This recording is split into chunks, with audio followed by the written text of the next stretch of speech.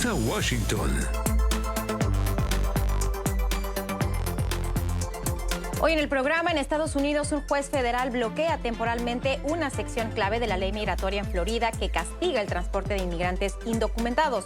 La medida provisional estará activa hasta que se resuelva la demanda de asociaciones civiles que consideran la ley como inconstitucional. ¿Qué podemos esperar?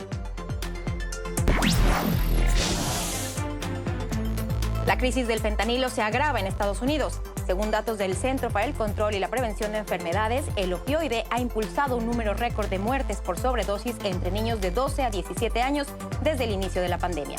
¿Cuán grave es esta situación? Y en Perú, la Junta Nacional de Justicia destituye a la fiscal general Patricia Benavides. El máximo órgano judicial afirma que la funcionaria interfirió en una investigación contra su hermana al cesar a la fiscal que dirigía las pesquisas. ¿Qué viene ahora?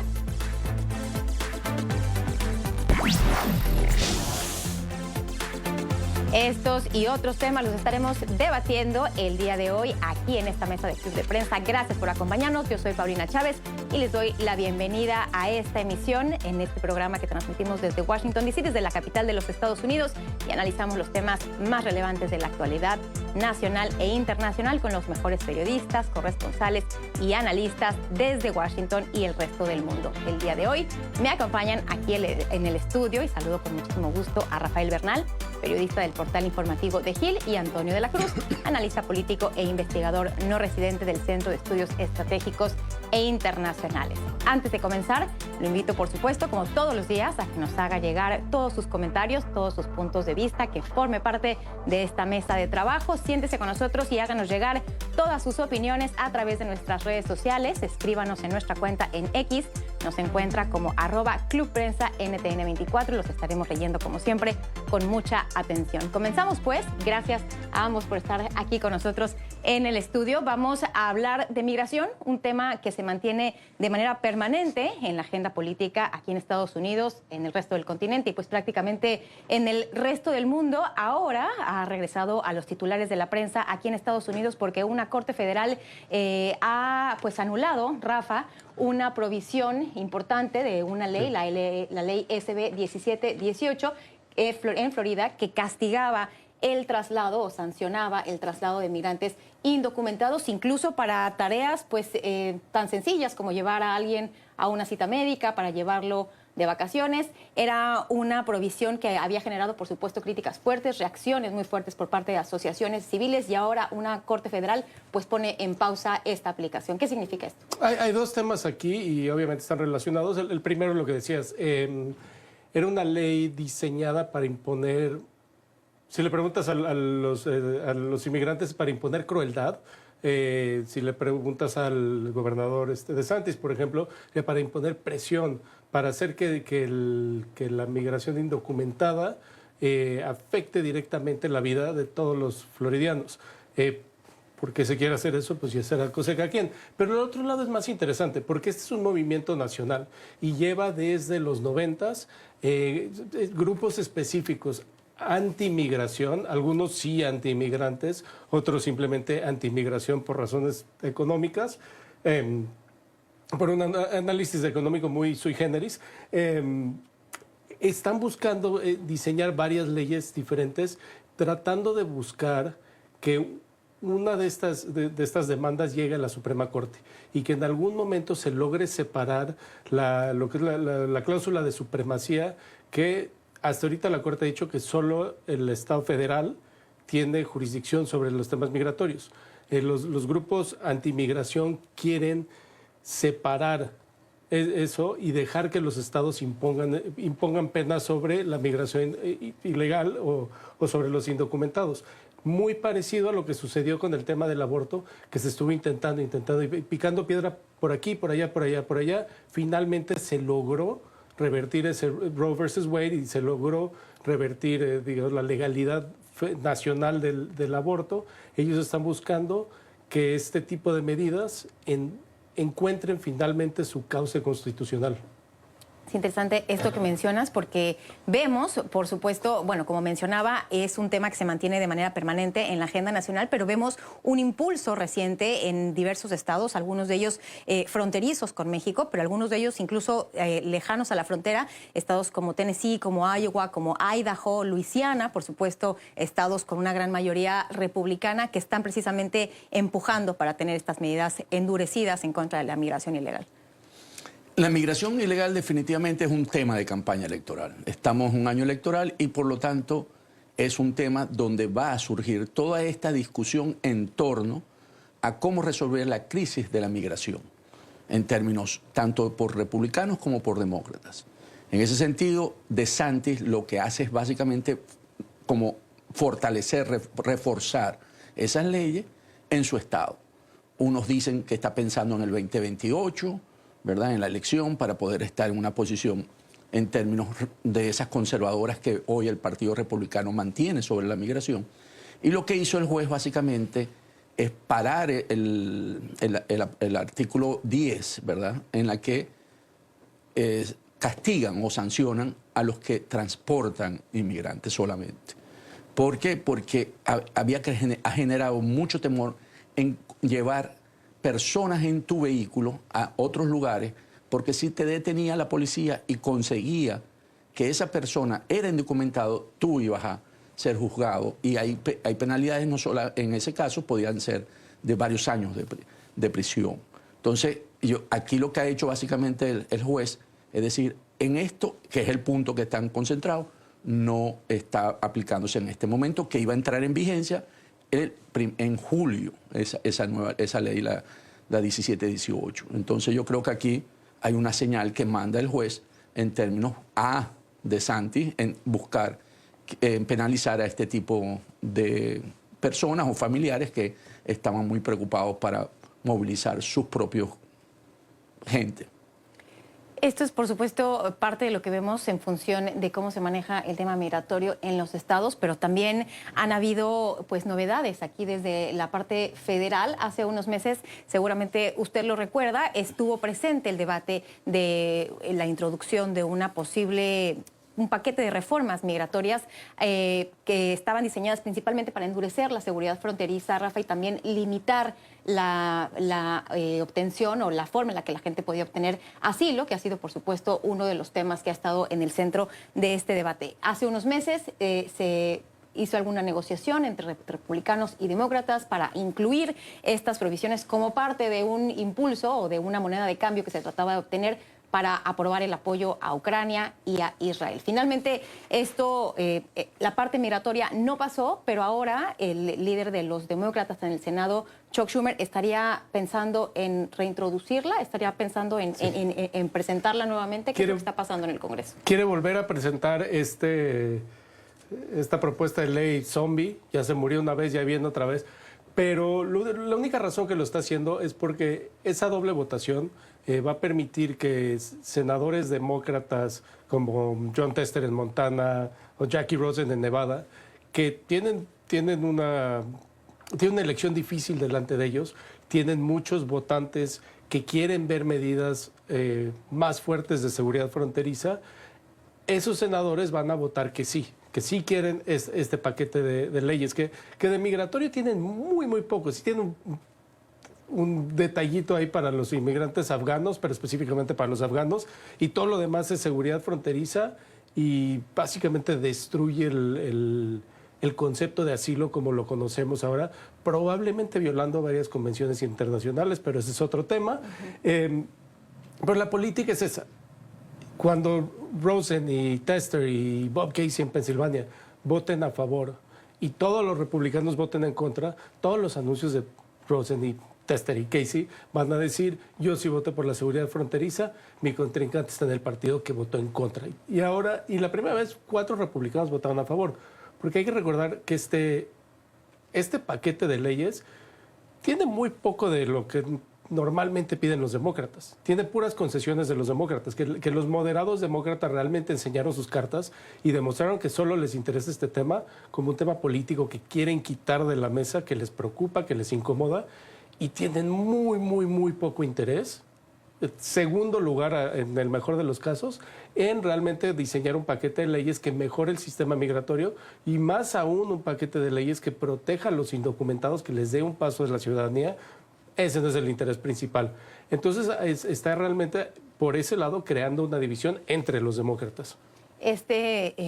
Esto que tú mencionas es bien importante porque me acuerdo muy bien que en el momento, hace unos meses, que había esta discusión, incluso los analistas señalaban que este nivel de concesiones que estaba dispuesto a hacer la administración Biden y los demócratas, pues era prácticamente imposible de haberlo pensado en algún otro momento. En un ambiente de reforma migratoria comprensiva grande, donde se dieran directamente residencia permanente a los 11 millones de indocumentados y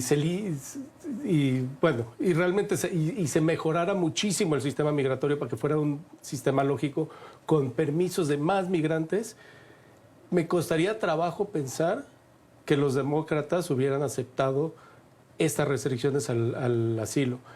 Sin embargo, aquí las están entregando. A cambio de absolutamente nada, que realmente otra vez demuestra que los demócratas están divididos entre los que ven el tema migratorio como algo que hay que quitar de la mesa y los que ven el tema migratorio como algo que tiene que ver con los migrantes, que es la protección de los migrantes y de las familias americanas que tienen familiares migrantes, de los distritos electorales que tienen grandes grupos de migrantes viviendo ahí. Esa división en el Partido Demócrata yo creo que les va a seguir pegando y es gran parte de la razón por la que los demócratas no han logrado contrarrestar el mensaje de los republicanos, que ahora ya es el mensaje de Donald Trump, que es migrantes nada, frontera todo. Claro. Y esto que tú nos mencionas, Rafa, pues bueno, está muy claro, hay un cálculo político detrás de esta decisión del líder de los demócratas, Chuck Schumer, en reintroducir este paquete de reformas. ¿Cuáles han sido las reacciones dentro del equipo demócrata, dentro de la bancada republicana, y cómo se empieza a perfilar las reacciones respecto a esta posibilidad? Lo que en este momento quieren mostrar es básicamente que la vez pasada se dice que Trump llamó a los senadores directamente y dijo: no me interesa que se aprueba esta ley porque no la debemos manejar por el año electoral. Y dio instrucciones según algunos de los que están presentes y lo dijo Schumer. Entonces, ¿qué ocurre? Que están jugando en poder tener ese nuevo argumento en este momento en la que ellos necesitan, como dijo Rafa, buscar en esos estados críticos que puedan los demócratas tener un argumento frente a los republicanos y decir que ellos hicieron con su mejor voluntad buscar un acuerdo y por eso ceden en su gran mayoría, hacen concesiones. Pero aquí yo siempre me he hecho una pregunta en ese sentido. Del 2020 al 2022, los demócratas tuvieron mayoría en la Cámara de Baja y en la Cámara Alta. ¿Por qué no pasaron las leyes de migración en ese momento? Si ellos pudieron haber hecho en ese momento tratar al inmigrante desde el punto de vista humano. Entonces yo creo que aquí lo que hay un juego político nuevamente donde los migrantes no es la parte importante, ¿verdad? Sino que es ver cómo le saco, porque se ha convertido en uno de los temas más importantes de esta elección presidencial. Ese tema quiero agregar que sí, esos primeros 2 años, tienes toda la razón, fueron cruciales. No tenían la mayoría en ambas cámaras, pero no tenían la mayoría para aprobar legislación en el Senado. No tenían los 60 votos en el Senado. Muy cierto eso. Y ese es con lo que se escudaban los demócratas. Pero llegó un momento que hubo una negociación de presupuesto que ciertos demócratas en la Cámara Baja dijeron es hora de cambiar el registro dentro del presupuesto. Que sí era discutible si se podía o no. La parlamentaria del Senado, que es una asistente finalmente, una experta en leyes, dijo que no se podía incluir en ese paquete de leyes que no requería los 60 votos. Bien, en el pasado, cuando la parlamentaria ha ido en contra de los deseos del partido mayoritario, se nos despacha y se viene uno que está de acuerdo. Un exparlamentario del Senado dijo: yo sí estoy de acuerdo, claro que se puede incluir esto como un paquete de presupuesto. Y los demócratas hicieron... Básicamente, los demócratas de centro hicieron como que lloraban mucho, que no se podía, que no lo vamos a lograr esta vez, lo sentimos mucho. Los demócratas de izquierda estaban furiosos, obviamente, porque era muy transparente el juego. Y sí, efectivamente, como dices, demostraron que no les interesa tanto el tema de los migrantes, les interesa que se hable de aborto a la hora de las elecciones, porque ese tema sí les gusta. Es lo que moviliza a muchos de los votantes. Este tema, pues bueno, ha estado presente en la agenda y como tú bien mencionas, Rafa, pues han habido diferentes puntos que han sido muy contenciosos a lo largo de los años. Una de las demandas inequívocas de los demócratas ha sido que cualquier tipo de reforma migratoria incluya precisamente un camino a la ciudadanía, una forma de regularización de los migrantes que actualmente ya se encuentran en Estados Unidos de manera indocumentada. Este paquete no toca nada de esas concesiones y por supuesto hay un cálculo político que tú ya has y al Antonio también han presentado aquí de manera muy clara. Por supuesto hay reacciones de grupos y de los constituents, como le dicen acá, de los demócratas, que no están de acuerdo con esta posibilidad y que han expresado un abierto rechazo a esta posibilidad. El cálculo de Schumer es apoyar a estos demócratas que están en posiciones, en contiendas vulnerables, que tienen posibilidad de perder su elección. Pero es una buena apuesta, es decir, la posibilidad de ganar contrarresta o más bien justifica esta oposición que naturalmente surge de los grupos que en otro momento son afines al Partido Demócrata. Los grupos proinmigrantes y realmente hablamos más bien los grupos de derechos humanos y derechos civiles, que son eso, obviamente están enojados con Schumer, pero también entienden la apuesta política. Y aquí es donde ven realmente la diferencia entre republicanos y demócratas. No les gusta lo que hizo el liderazgo demócrata hace 3 años con esto que estábamos hablando ahorita, con el registro. No les gusta que se trataron de colgar de esta ley y que si lo hubieran logrado pasar, Biden la firmaba y el truco está también que no hubieran tenido los fondos para castigar tanto el asilo como dicen. Hubieran tenido que soltar mucha gente sin solicitud de asilo y hubiera sido un desastre peor la frontera, pero se hubiera visto muy bien para tema electoral. Ellos saben todo eso, saben que el liderazgo demócrata los ha estado buscando traicionar por años. También saben que si se llega a un punto de que hay una conversación migratoria, el liderazgo demócrata va a llevar este tema de la legalización del paso a la ciudadanía para indocumentados, lo va a llevar como su bandera. Entonces, finalmente, escoger entre el que quiere deportaciones masivas o el que simplemente va a usar lo que tú quieres cuando él le convenga, por eso los grupos no atacan tanto a los demócratas, porque saben que, mal que bien, con todas estas peleas siguen siendo su mejor opción. Claro, entre dos opciones malas, pues esa es la menos peor, sí, dirían. Antonio, antes de irnos a la pausa, ¿qué podemos esperar en las próximas semanas con estas legislaciones estatales y con el debate a nivel federal? Va a seguir siendo un tema de puesto sobre la mesa. En este tiempo no se va a aprobar, por supuesto, esta nueva intento de Schumer y vamos a tener en cada estado levantando el issue de la migración porque genera votos. Entonces va a estar sobre el tapete, no vamos a ver ningún cambio en favor de los migrantes y seguiremos y esperaremos la próxima administración del 25 al 29 si logra hacer un cambio en la parte migratoria. Muy bien, pues estaremos siguiendo, por supuesto, todo este debate, todos los desarrollos que se den en las Cortes aquí en Estados Unidos respecto a este tema y lo mantendremos desde luego bien informado. Hacemos una pausa, regresamos con más aquí en Club de Prensa. Gracias.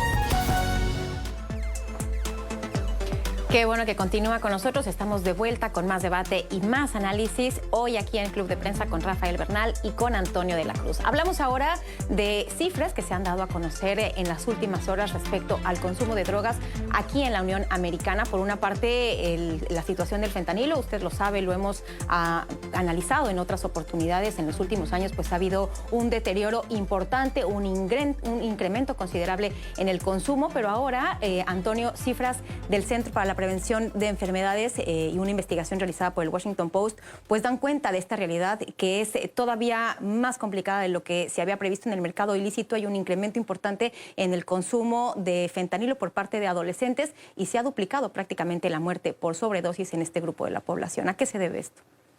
Recordamos que veníamos de la pandemia y ahí se vio un impacto del uso del fentanilo de alguna manera y después regresaron a clase. Cuando regresan a clase es el medio más fácil para poder vender el fentanilo a los jóvenes. Entonces, esa población que está en edad escolar y que va, entonces ha sido penetrada por el uso de esta droga. Entonces, aquí podríamos hablar también de que hay un descuido por parte de los grupos de la familia, pues, porque si son niños que todavía están en la custodia de los padres, pues son de 12 a 17, hay un descuido ahí y eso ha incrementado y no solamente llama la atención que la población mayoritaria son blancos, sino que también está penetrando ya a los sectores hispanos y los afrodescendientes, que se ve un aumento. Entonces, yo creo que aquí hay una alerta muy fuerte, no solamente para las autoridades de los Estados Unidos en términos del control del contrabando, del ingreso del fentanil, que muchos han señalado que viene de China, ¿verdad? Se ha dicho que viene de China y que entra por la frontera sur, y que por lo tanto deberían tener un mayor control porque esa es la generación futura del país en la que hoy realmente está teniendo una adicción muy fuerte. Esos temas son muy preocupantes, Rafa, no solo porque pues, evidencian este incremento en el consumo en este sector de la población tan vulnerable, tan propenso pues, a la experimentación, a seguir lo que ocurre en las redes sociales, en fin, a tener estas influencias, pero también porque pues, no hay necesariamente la capacidad para atenderlo en materia de prevención, en materia de tratamiento, en materia de seguimiento a la salud mental o simplemente al acompañamiento que tendría que ser un tratamiento de este sentido. Eso es importantísimo, perdón, especialmente entre jóvenes y latinos. Vemos la estadística general es relativamente buena, ¿no? Bajaron algo así como 3% las muertes de fentanilo, porque la población en general ha estado viendo lo peligroso que es el fentanilo, que no es una droga, digo, por ejemplo, la cocaína es muy peligrosa, causa muchas muertes al año, pero nada que ver con el fentanilo. Lo mismo con otras drogas fuertes, que le llaman drogas fuertes. Entre jóvenes y latinos vemos estos números subiendo. ¿Por qué? Porque hay relativamente poca comunicación. ¿Qué pasa con jóvenes? Pues porque los jóvenes saben perfectamente que sus papás y sus abuelos, a estas alturas, sus abuelos, que son muchos baby boomers, pues tomaban drogas bastante, digamos, fue parte de la cultura baby boomer, fue parte de la cultura Gen X, tomar diferentes tipos de drogas, usarlas de diferente manera. Y obviamente, ¿por qué le va a creer un adolescente a sus papás? Porque sus papás llegan y le dicen, no, es que ahora sí es peligroso. Cuando yo era joven no era peligroso, pero ahora sí es. Ningún adolescente se la va a creer. El problema es que esta vez los papás no están mintiendo. Es realmente sí es más peligroso. Yo he visto un par de programas que están realmente tratando de llevar este mensaje de hacer que los jóvenes, especialmente jóvenes latinos, hagan su propia investigación, vean las estadísticas y digan, no, esta vez sí es cierto, estas pastillas, que a veces son pastillas que los niños ni saben qué tienen, que su amigo le dice, oye, esto se siente bien, va para adentro, en las peores circunstancias, ¿no? Con presión de pares y demás. Hay programas como hay uno que se llama La Nueva Drug Talk, que es una página de internet que les enseña tanto a los papás latinos que no saben cómo hablar de drogas, porque obviamente en una mesa, en una cena, en una familia latina, generalmente no se habla de drogas. Drogas es algo que hace la gente mala, drogas no pasa en mi familia, aunque todos sepan qué sucede. Entonces le enseña a los papás cómo hablar con sus hijos, enseña a los hijos cómo investigar y darse cuenta que sí es diferente. Porque lo que tenemos que recordar siempre que hablemos de fentanilo es que la guerra contra las drogas fue, todos sabemos que fue un tema político que se salió de las manos y realmente es una locura, por decirle bonito. Uh-huh. Pero el fentanilo cambió completamente el juego, porque todo esto que se decía de que viene veneno, que es veneno lo que está llegando, es más cierto porque no hay ningún ser humano que no sea médico y probablemente anestesiólogo que pueda de manera segura entregar una dosis de fentanilo a cualquier individuo. Los anestesiólogos por eso ganan tanto, ¿no? Y sí lo usan mucho, por cierto, hay que recordar, el fentanilo es de las medicinas más importantes del mundo, que se usa en casi todas las cirugías, y eso de cuando alguien dice vamos a prohibir el fentanilo también es una locura. Y realmente hay falta de educación, y estos grupos nuestros grupos son los grupos más vulnerables porque es donde hay menos recursos para recibir esa educación. Esta falta de educación se combina pues también con que son drogas y en particular el fentanilo y estos opiáceos que están cada vez más disponibles, están cada vez más accesibles para la gente aquí en los Estados Unidos y obviamente las políticas han estado enfocadas en evitar ese consumo, pero eso es una política de largo plazo que no necesariamente ha dado los mejores resultados. ¿Qué tendría que pasar, Antonio, para pues tener una aproximación hacia este tema de manera pues más holística y por supuesto más efectiva? En términos del Estado es el control del contrabando del fentanilo, es su responsabilidad básicamente, que no llegue a esos sectores. Y en términos de la persona, del adolescente, yo se lo atribuiría a la familia, que es la que tiene que estar, es responsable, porque todavía es un adolescente el que le toca realmente, aunque sí es cierto que el joven hoy tiene más acceso a información y por lo tanto no cree en lo que los mayores le dicen, no solamente en el fentanilo, en cualquier situación, ningún joven creen que tiene que vivir su propia realidad, ¿verdad? Porque bueno, este aparatico te permite eso de que puedes tener información inmediatamente, pero yo creo que eso está en la familia, en términos de la educación a su hijo. Debe haber, por supuesto, en los colegios programas para ellos también, tiene que haber una parte de educación, pero también el Estado tiene que reforzar el control de la entrada del contrabando de fentanilo por la frontera. Y otro tema que está relacionado, pero que es radicalmente diferente, son estas cifras que también se dan a conocer en las últimas horas sobre el consumo de marihuana aquí en los Estados Unidos. Por primera vez, Rafa, el consumo diario de marihuana ha superado al consumo del alcohol. No, viviendo en Washington y pasando por las calles de Washington no me sorprende nada. Es muy claro que ya se sabe, digamos, culturalmente que la marihuana, ponle que sea igual de dañina que el alcohol, que ni siquiera es, estadísticamente ni siquiera es, tiene obviamente, no le recomiendo a nadie fumar marihuana a diario, entonces es una decisión personal un poco curiosa y como tampoco le recomendaría a alguien tomar alcohol diario, pero lo que a mí me sorprende es si ya se normalizó completamente. El presidente Biden la está haciendo menos criminalizada de lo que estaba, lo está bajando a nivel 3, de nivel 1, pero sin embargo hay que recordar otra vez en la guerra contra las drogas, empezó con marihuana, empezó con la sustancia más que existe, realmente no es algo peligroso, no es un veneno. Sí puede ser socialmente incómodo en ciertas situaciones. Ciertamente a mediados del siglo XX era muy incómodo ver a alguien bajo los efectos de la marihuana, pero empezar esa masacre de 50 años, porque estaban medio incómodos algunos viejitos en 1972, hazme el favor. Y hoy lo vemos, hoy vemos la comparación, la marihuana normalizada. No creo que nadie se esté muriendo de esto.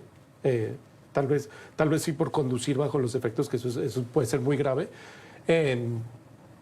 contra el fentanilo, que realmente sí es un peligro. Y ahora como Pedro y el lobo, ¿no?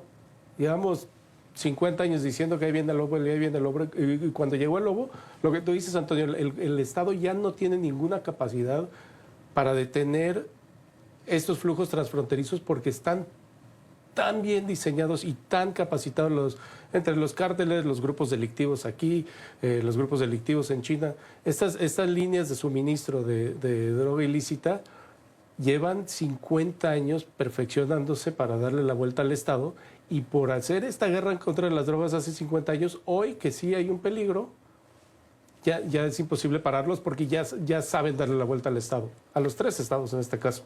Ha habido efectivamente un cambio cultural respecto a cómo es percibida la marihuana. Esto se ha acompañado con legislación que la ha hecho legal, ya sea para uso medicinal o para uso recreativo en pues más de la mitad de los estados aquí en Estados Unidos. Como bien mencionaba Rafa, también hay un impulso por parte del gobierno federal para cambiar la categorización, que actualmente es como nivel 1, que es el de las drogas más poderosas, donde está la heroína, donde están otras sustancias mucho más fuertes, bajarla a nivel 3, pero esto evidentemente pues no implica que los peligros de abusar de una sustancia como la marihuana o incluso como el alcohol, pues también sigan siendo peligrosos.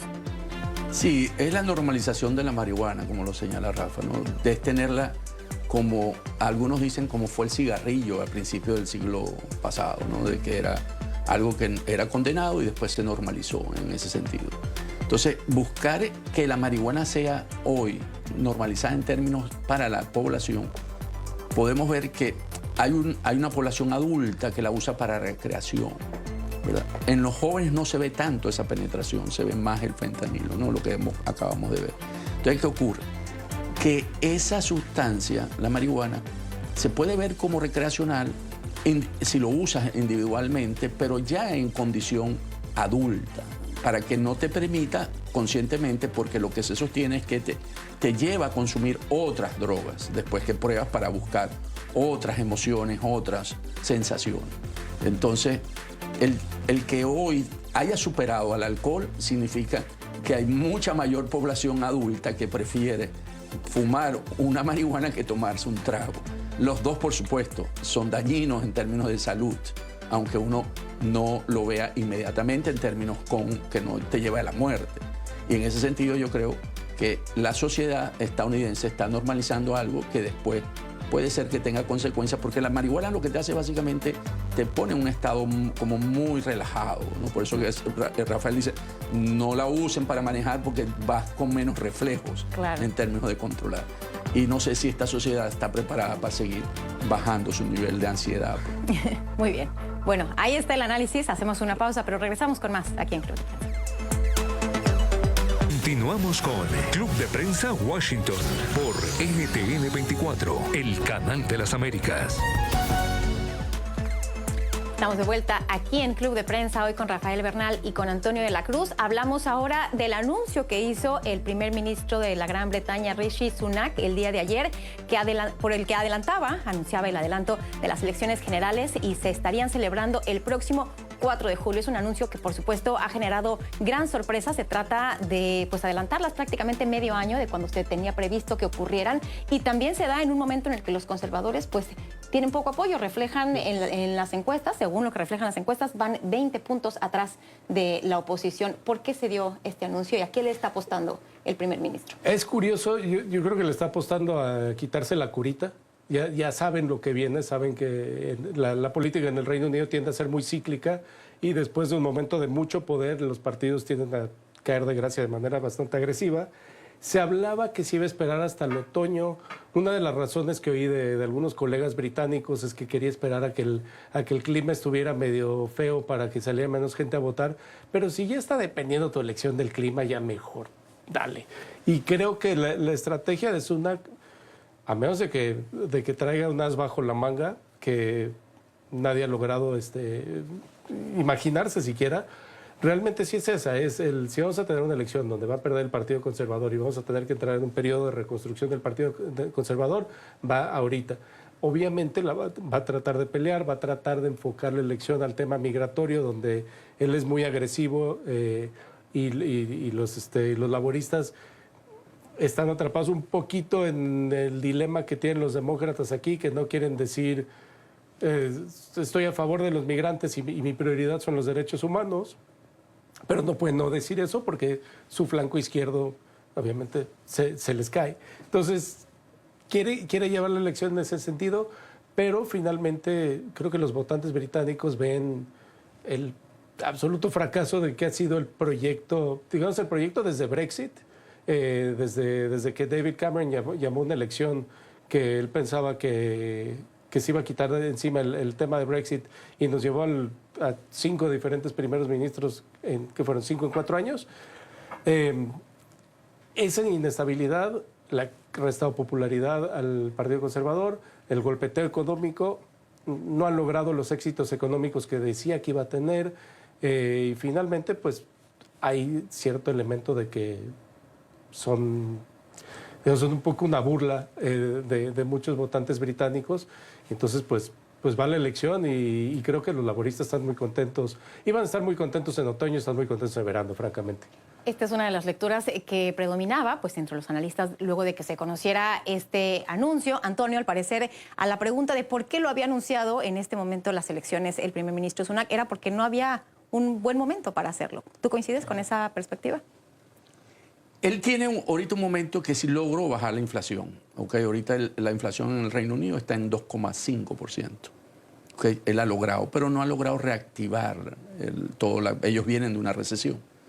Y eso sí le ha afectado. Pero si lo queremos ver, es su mejor momento en términos de que bajó la inflación. Pero tenía una presión porque más tarde o temprano tenía que venir la elección general por el ciclo se cierra. Recordemos que vienen de estar 14 años en el poder, los laboristas, los conservadores. Y en ese sentido, tan desgastados, ¿verdad? Recordemos que Boris Johnson logró un triunfo muy marcado en su elección en el 19 de 368 members of parliament. ¿Okay? Y eso fue muy importante en ese momento porque usaron el Brexit como la condición para que él iba a ejecutar el Brexit, que ha sido un fracaso en términos del impacto en la economía, y después entró el COVID. Entonces yo creo que, él no llega por una elección, sino que él llega por esos procesos que tiene el Reino Unido, donde él fue escogido por el grupo selecto de conservadores del Partido Conservador, porque recordemos que el anterior había sido por las bases del partido.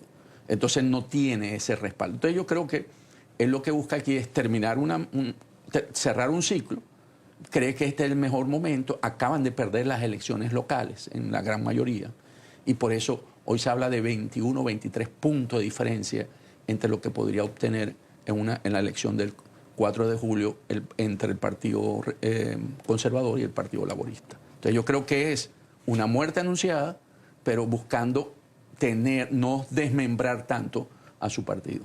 Muy bien, pues a este gran año electoral en el que prácticamente la mitad de la población acude a las urnas, pues bueno, sumamos la elección en el Reino Unido y por supuesto le estaremos informando y dando cuenta de todo lo que ocurra en las próximas semanas. Cambiamos de tema, vamos ahora a Perú, en donde hay novedades. La Junta Nacional de Justicia destituyó este miércoles a la fiscal general del Perú, quien estaba pues suspendida desde diciembre pasado por presuntamente pues haber intervenido en una investigación que se le sigue en contra de su hermana. ¿Qué es lo que está pasando en Perú, Rafa? Bueno, yo lo visto desde aquí, desde Estados Unidos, creo que la preocupación con Perú es que se continúe el caos que ha venido pasando, vamos, por 20 años, sí.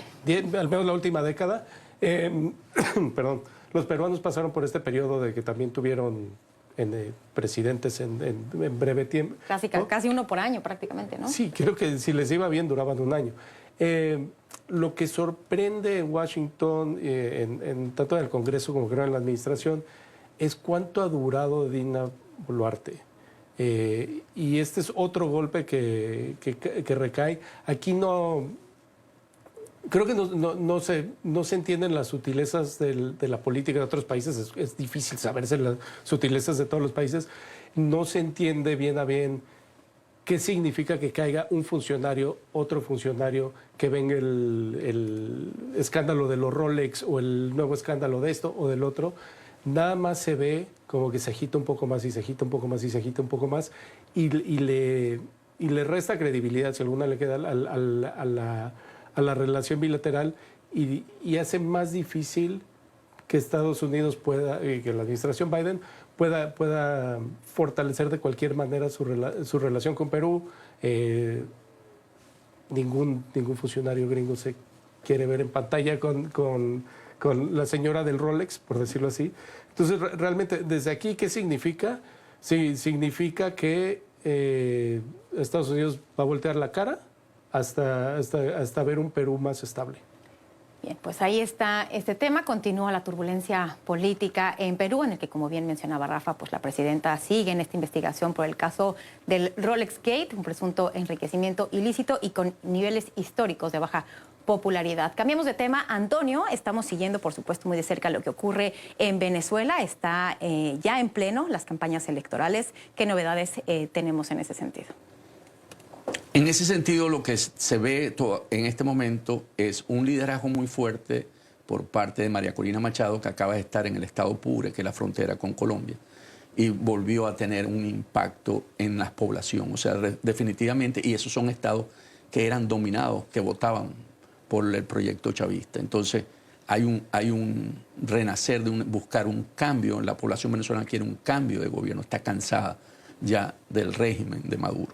Y en ese sentido lo está mostrando las movilizaciones que se observan dentro del país. María Corina venía del estado Trujillo, que era otro estado que era dominado por las fuerzas del chavismo, y también mostró ese mismo, esa fuerza entre sus convocantes. Yo creo que Maduro en este momento tiene que estar consciente de que no tiene el apoyo popular y va a tener que buscar otras alternativas para ver si quiere mantenerse en el poder. ¿En qué sentido? Tiene que empezar a estudiar si suspende la elección, que sería lo que tiene más cerca, porque cancelar al candidato de la oposición, Edmundo González Urrutia, ya les cuesta arriba. Yo creo que en este momento él debe estar evaluando el escenario de cómo suspender la elección ante el fracaso que tiene en el voto popular. Muy bien, pues estas elecciones son el próximo 28 de julio y estaremos dando seguimiento desde luego a todo lo que ocurra allá en Venezuela, en Latinoamérica y por supuesto en lo que ocurra acá en los Estados Unidos. Hacemos una pausa, pero regresamos, tenemos todavía más aquí en Club de Prensa. Estamos de vuelta aquí en Club de Prensa, tiempo de despedir esta emisión. Hoy me acompañó aquí en el estudio Rafael Bernal, él es periodista del portal informativo de Gil, y también estuvo con nosotros Antonio de la Cruz, analista político e investigador no residente del Centro de Estudios Estratégicos e Internacionales. Gracias, Rafa, por haber estado con nosotros. Un gusto, como siempre. Siempre es un gusto tenerte por acá. Gracias, Antonio, nos hiciste un muy buen panorama de lo que ocurre en Venezuela. Escribiste de eso esta semana. ¿En dónde encuentran tu columna? En El Nacional, el diario Nacional, que se edita y se publica en Caracas y en forma electrónica. Muy bien, pues ahí Gracias. tiene usted para que consulte las opiniones de nuestros especialistas. Gracias nuevamente por habernos acompañado. Yo soy Paulina Chávez. Aquí lo espero en una próxima emisión de Club de Prensa. Que tenga una excelente jornada. Hasta pronto.